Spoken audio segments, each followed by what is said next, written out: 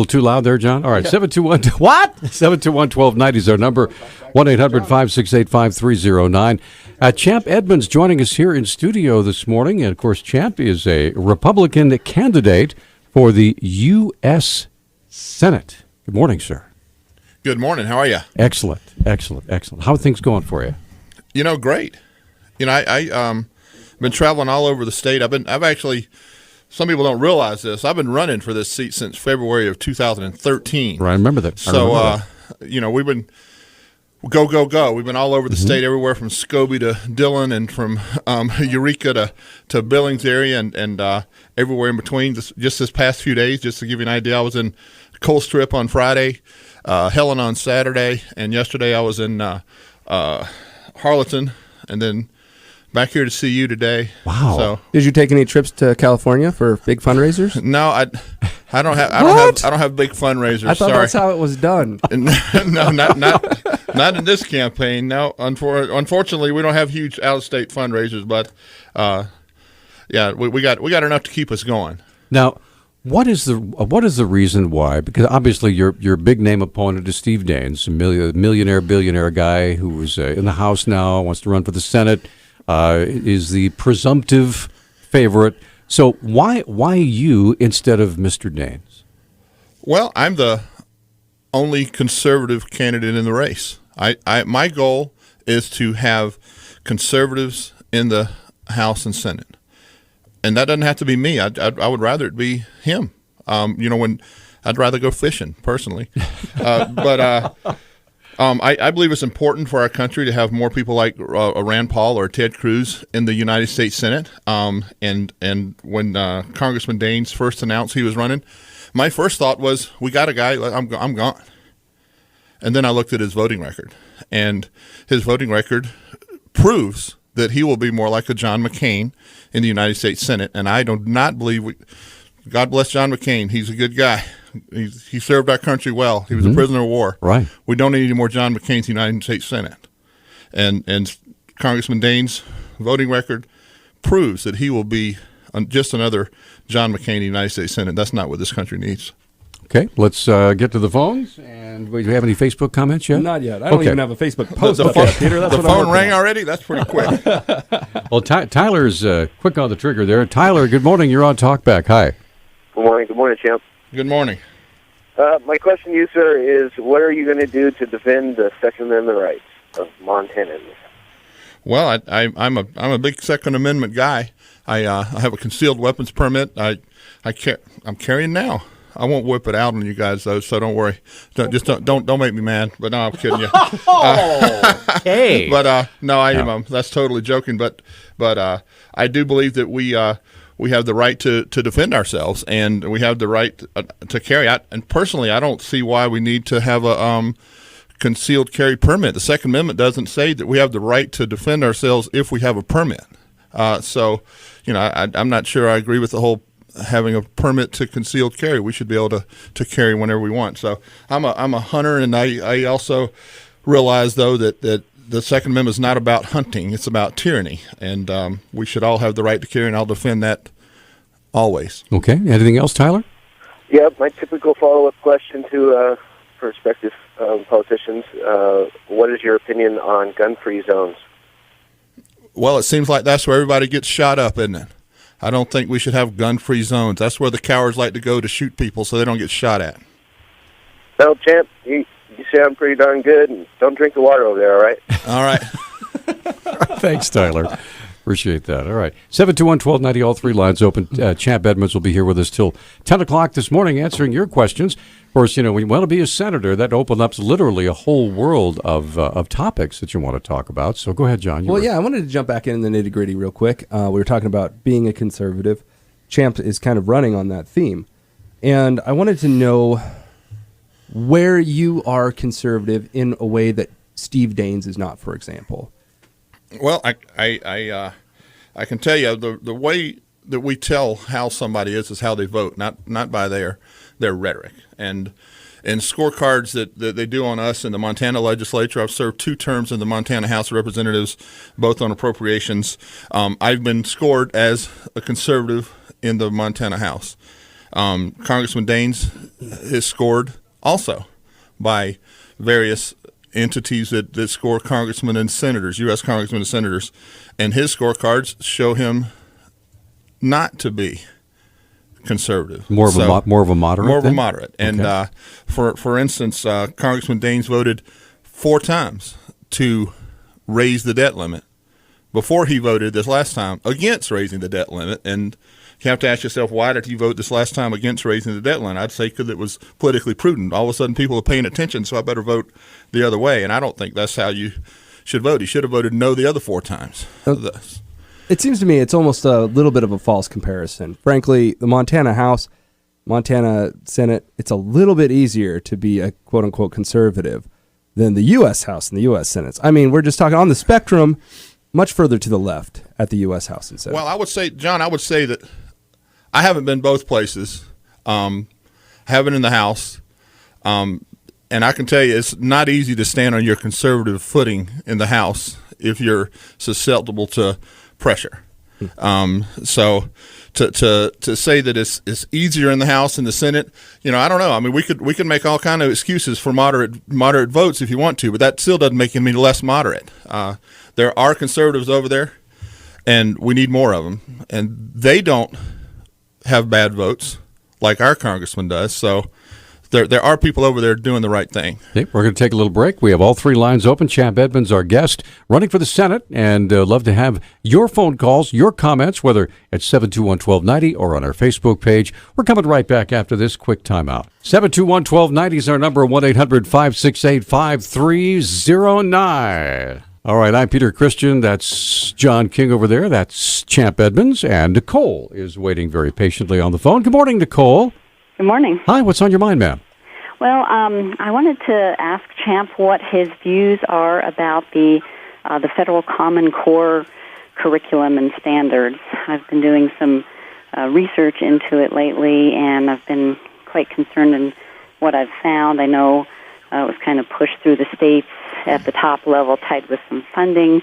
A couple of states, I think Texas and Virginia, chose not to partake from the beginning, and I think 6 other states have already rescinded the Common Core standards as they have found out what's in them, with more states, trying to do the same thing.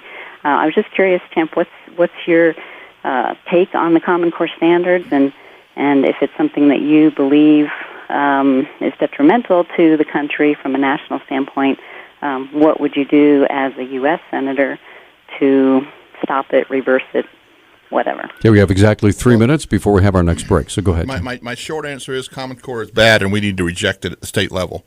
To expand on that, the first time I heard about Common Core was when Denise Juneau, Superintendent of Public Instruction, was in front of my committee on appropriations, and Common Core came up, and I said, well, when did we vote on this? And they said, well, no, you didn't vote on it. The legislature doesn't have to vote on it. Now, that in itself poses a problem for me, because it's going to cost the state money, and all money spent by the state should be appropriated by the legislature, and we didn't have any say in the implementation of it. And that's supposed to start in the House, right? Yes. So that's one of the issues. But, the other is that we have a top-down mentality with the Department of Education. One of the things I've been saying in my stump speech is that education decisions should be made at the local level, and we should eliminate the federal Department of Education. I'm not sure why we need them. We don't need this top-down stuff. Common Core is essentially a socialist system to put kids in a box. I was talking to a superintendent of schools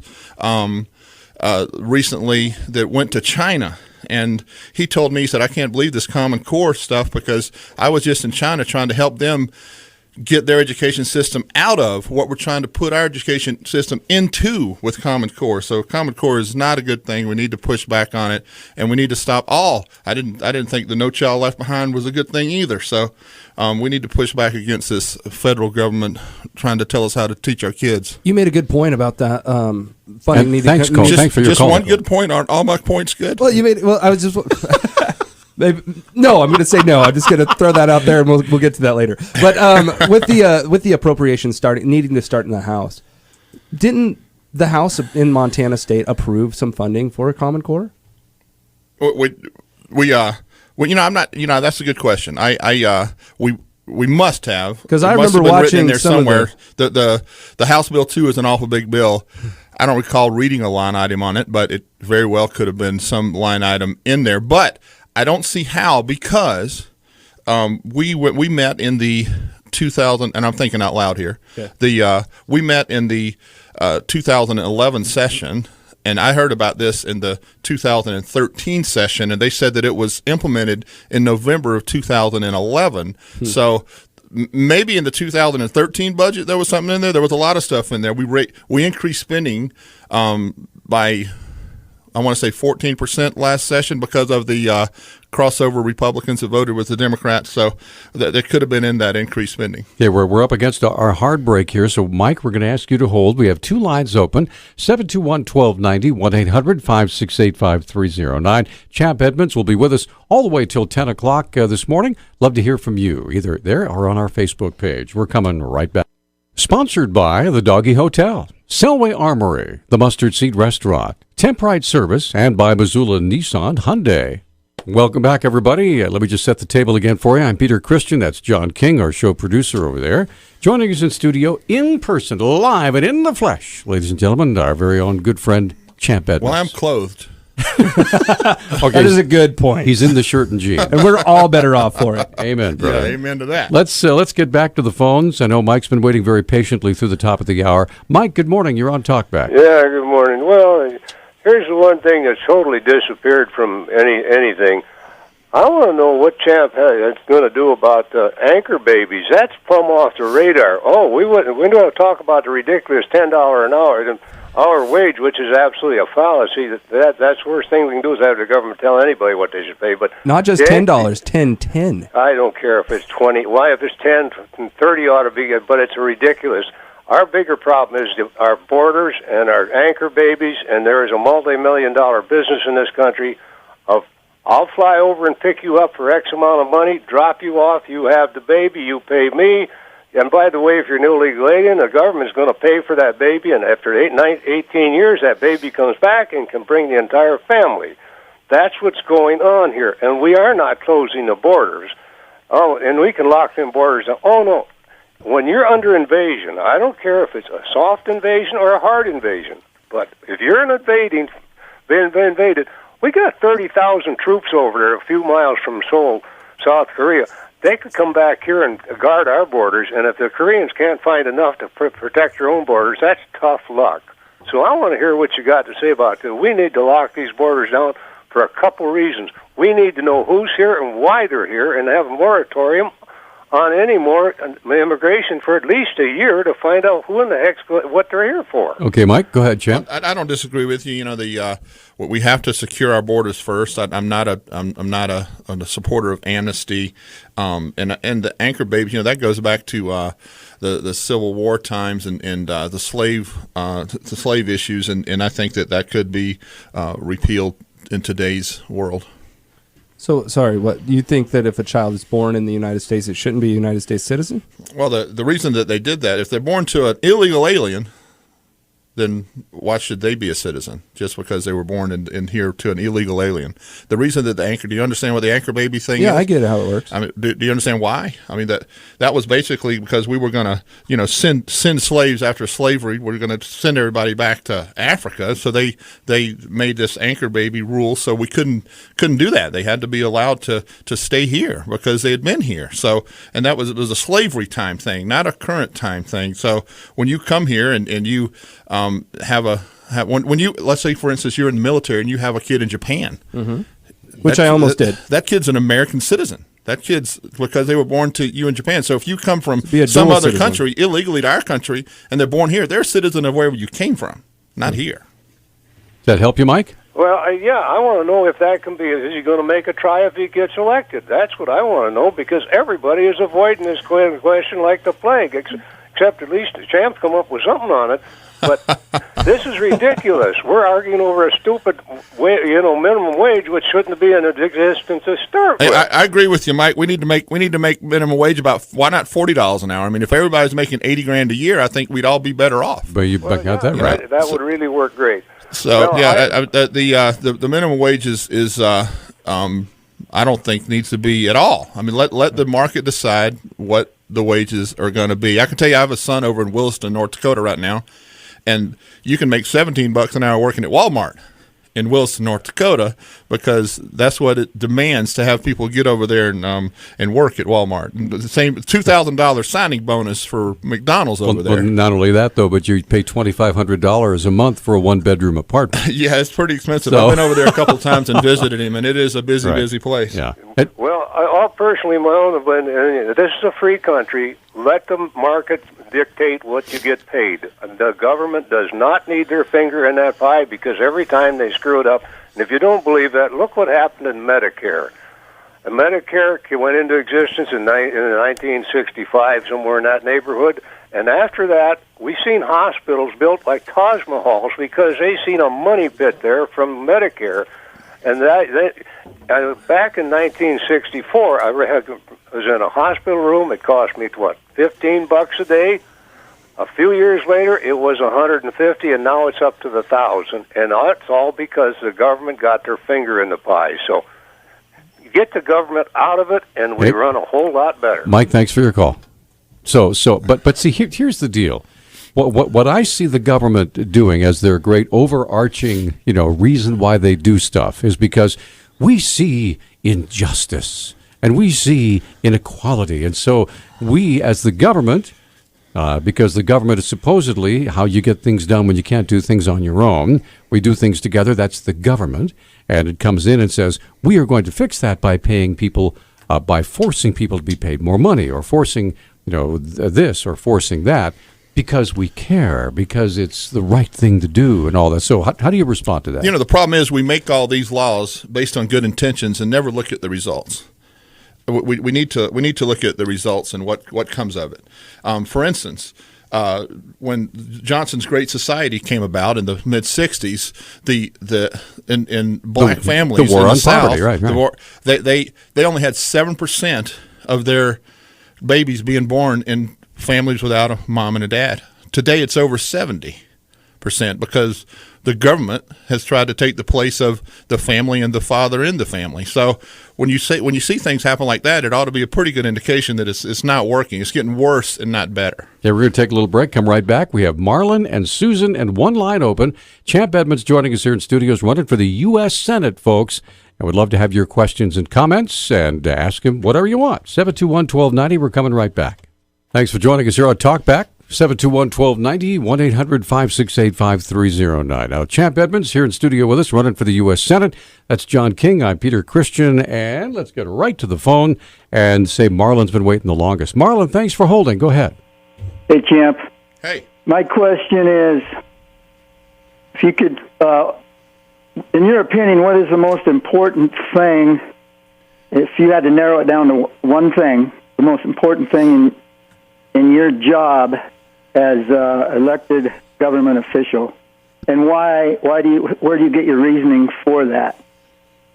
Well, I would say it's overregulation. Could I say one thing quick? No, go ahead. Yeah. After you're done, I'd like to make a quote from one of our founding documents and see if it lines up with your, statement. All right, go ahead. Okay, well, I would say that overregulation is one of our biggest problems for both businesses and individuals. I mean, we're making a new law or regulation every 3 hours in this country. I mean, that's just too much for anybody to get their hands wrapped around. We got a lot of issues. We're under surveillance. If you have a cell phone or email account or interact on social media, you got the NSA looking at you. We got an IRS that's targeting individuals, especially conservative groups. We got a Department of Energy that has lost $3 billion so far in green energy loans. The EPA, we got the EPA shutting down coal plants and lead smelting plants. We got a coal plant right here in the country that's going out of business here soon because they can't keep up And with Montana bullet cleaners? with the EPA regulations. Yeah, so, I mean, if you shoot guns, I think it's the big problem with the last lead smelting plant went out of business. Now they're trying to regulate wood-burning stoves, and a lot of people in this state, especially burn wood for heat. Again, we talked about Common Core earlier, but bureaucrats at the Department of Education are telling us how to educate our kids. And with the number of uninsured higher now than it was when it started, I think we can all agree that Obamacare is a massive failure. And our country's over $17 trillion in debt, and we need to turn that back, at least stop the debt clock from going up. And so we need to return to constitutional governance and a restoration of liberties and freedom. Okay, Marlon, does that help you? Yes, and I agree 100% with that. And then the quote I was going to make is, we hold these truths to be self-evident, that all men are created equal, but they are endowed by their Creator with certain inalienable rights, among these life, liberty, and the pursuit of happiness. Now, to secure these rights, and we know that these rights are fleshed out in the Bill of Rights. And now, next sentence says, to secure these rights, governments are instituted among men. The very purpose, the very foundational purpose of government is to protect the Bill of Rights, which is freedom. If we have the Bill of Rights protected, we have freedom, and all this other stuff will work out. But we're losing those and the purpose of government. And it's never too late. It's like we've lost almost every one except the Second Amendment on paper, but it's never too late. That's right. We have equal rights, but what the other side of the aisle wants to push for is equal outcomes. And I don't think we can ever have equal outcomes unless we all want to be poor and broke with a bunch of lords and kings over us. And may I give you one bit of advice? Real quick. Only if you vote for me. Go ahead, Marlon. For you, you sound like a conservative, but we got to go past that. We got to protect our Bill of Rights. But here's what I would say. Every American, whether they're Democrat, Republican, and even probably most of the people that think they're progressives, if they're common citizens, they love their freedoms we have in this country. And we all have that in common. And what our government people seem to do is keep dividing us. Even Rush Limbaugh, he bashes the Democrats on the radio just constantly, and that just divides us. Somebody's going to be a uniting force that brings us united on our freedoms that our founding fathers died, and for the freedom isn't free, and we don't really appreciate it as a younger generation anymore. But whoever's can unite us on those freedoms can actually save this country, and it's never too late. Just like if you tell a lie loud enough and long enough, people will believe it. Well, I tell you what, when you tell the truth loud enough and long enough, people believe it too, even Marlon? more because it's the truth. Anyway, We got to get some more callers. Thanks for your call. Appreciate that. All right, let's go. We have one line open, 721-1290. Go ahead, John. Yeah, we have a question from Claire. She asks, Champ, what do you think about Dirk Adams' critique of the shooting of Darren Dede? Now, this is Dirk Adams is a candidate for the Democratic U.S. Senate primary. Right. He said that the shooting of Darren was nothing more, this is a quote, was nothing more than targeting and hunting. Obviously, the person who did that needs to be put through the wood chipper, end quote. Well, I don't know if I would totally agree with Dirk Adams. The jury's still out on that, and I'd hate to comment on that too much, but I would say that kid was breaking and entering and trespassing to steal. So I think it was tragic that he was shot and killed, but the jury's still out, and that's probably all I want to comment on that. But he wasn't where he was supposed to be. If he hadn't been breaking in the house and stealing stuff, he probably wouldn't have gotten killed. I'll throw a comment out there. Dirk, I think that's totally inflammatory, and you should watch your language. Yeah. All right, let's get Susan on the line. Susan, you're on Talkback. Hi, go ahead. Hi. Well, I appreciate the fact that you're running, Champ. And I would like for you to answer a pretty... Can you hear me? I can hear you. Okay. Yeah.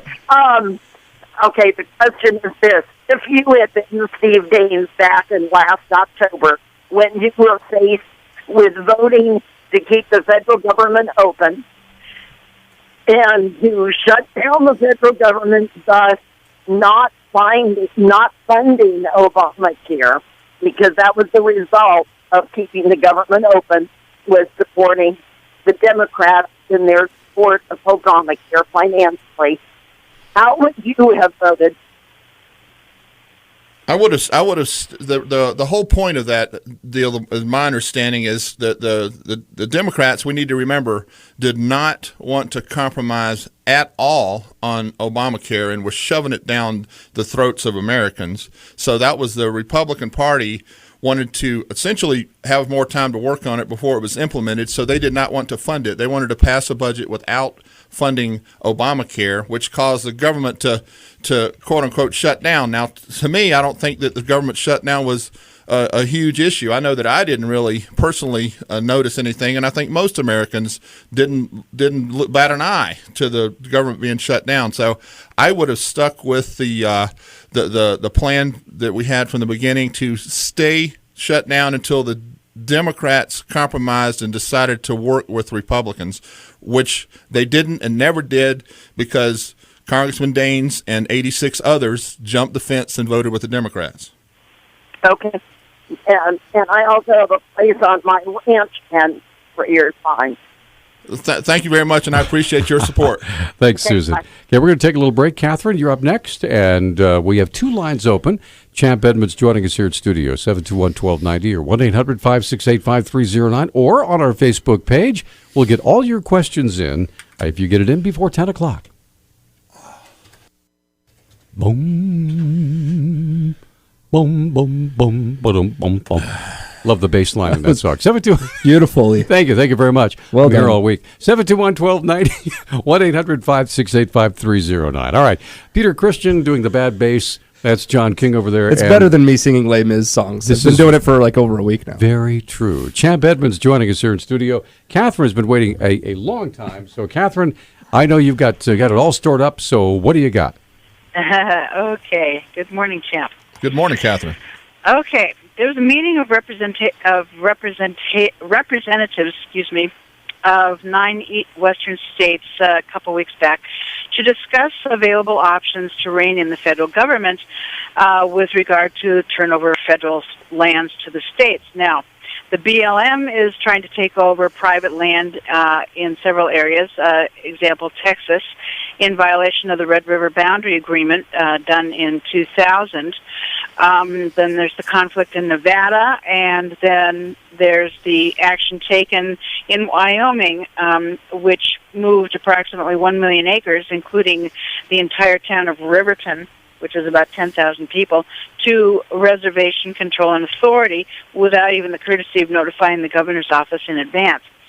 Where do you stand on these issues, and how would you legislatively address these through congressional action? Okay, go ahead. Well, I'm for turning over federal government lands to state control. I mean, if we look to the eastern part of the United States, especially east of the Mississippi, all that land over there is in state or private hands. And as we moved west, they stopped ceding the land to the states as they became states, and they should have. They call it disposal of the land. So the lands in Montana, I think it's 23 million acres of public land. That's not including parks but that's BLM land and Forest Service that belong to the federal government in the state of Montana, and the federal government's losing about $2 an acre, whereas state-controlled lands we're making about $9 an acre. So we obviously do a better job taking care of our local forests at the local level, just like most everything else. So I'm a fan of the push right now to turn over lands to the state. Now, there's a lot of people out there that say, oh, well, we don't want to give up our public access to our public lands. Well, you wouldn't be giving up public access to public lands. It would simply be federal public lands. It would become state-owned public lands, and then the state would control it and manage it. Does that answer your question? Well, that states the issue, but I was wondering what legislatively you could do. Like, would you introduce legislation to support or to delineate how that could be done? Well, I think in order for the land to be seated like it should, we're going to have some people in the U.S. Senate, U.S. Congress that push it from that end, because we're going from the bottom up right now, and as we all know, our country has turned into a top-down government, unfortunately, instead of the bottom-up government. Can I make a suggestion? So, should you get to the Senate, how about a bill, rather than doing it all at once, that incrementally, like every 5 years, each state in the West that has a certain percentage of over a certain percentage of federally controlled lands must cede a certain number of acres or whatever back to the state, so it's not all done in one fell swoop. So the state has a chance to. Well, that sounds reasonable. What do you think, Catherine? Well, I know that in 1976 there was a piece of legislation that was passed that directed the turnover to start again the turnover of federal lands to the control of the states, and it didn't go anywhere. I mean, the legislation is on the books, as far as I know. It's still on the books, but the federal government has just ignored it. Interesting. Well, I believe that bill in 1976, if I recall, I was just looking at this yesterday or the day before, I'm pretty sure that had in it that the federal government was going to keep all the mineral rights, and that was why it didn't end up getting passed, because they couldn't get agreement to take that out of there. In other words, the federal government wants to keep the wealth in the land and let us take care of everything else, and that's not what we want to do. We want the states to be able to utilize that land for the states' resources. Mm-hmm. Okay, how about the issue of the BLM and U.S. Forest Service trying to take over private lands? And I'm thinking specifically of the 90,000 acres that are in contention, that are private. That land has never been under federal or state control. It's always been private land, ranch land along the boundary between Oklahoma and Texas. The Red River Valley. The Red River Valley. Okay. Yeah, again, I think that land should be officially ceded over to the states within the borders that it falls. It's not. It's not private. state land. It's not federal land. It is private land. It has been. It should be left alone. Okay, I have to say I'm not familiar with that situation down there. Okay. Look up Red River Valley Boundary Agreement or Boundary Compact. That would probably tell you the information you need. So, okay. Anyway, thanks. Thanks. Bye. Thank you, Catherine. We're going to take a little break. Eric, you're up next. We'll get you on. We have one line open. John's on the phone right now. We have one line open. It's 721-1290 or 1-800-568-5309. We're also taking questions for Champ Edmunds on our Facebook page. You have a question, you have a comment. If you guys don't call, I've got tons of questions. So we'll be right back with more of Talk Back here in just a minute. Nobody said I want to speak that idiot. You like that, huh? 721-1290, 1-800-568-5309. Sing that bass line, Peter. Thank you very much. That's John King over there. I'm Peter Christian. Actually, I'm a drummer, but don't tell anybody. Champ Edmunds is here in the studio, and Champ, of course, running for the Republican nomination for the U.S. Senate, primarily against one opponent, that's Steve Daines. So let's get Eric's been waiting very patiently. Eric, you're on with Champ Edmunds. Hi. Yes, I'd like to address something that another caller said, that Rush was a divider. Now, I don't agree with Rush in everything he says, but there is a distinction in this country, those who are proponents of liberty and those who are proponents of tyranny. And if we are to be divided, let it be. There is no way to compromise with tyrants. And bringing it down to the street level, would I allow, if I was in a church, would I allow Satan to come preach in my pulpit? He made another comment about the Second Amendment. That's the only one that we haven't lost, and I believe we have lost it, and here is why. If we are willing to roll over to tyranny without resistance, then whether we have guns or not is irrelevant. And here's how we've rolled over. When you buy a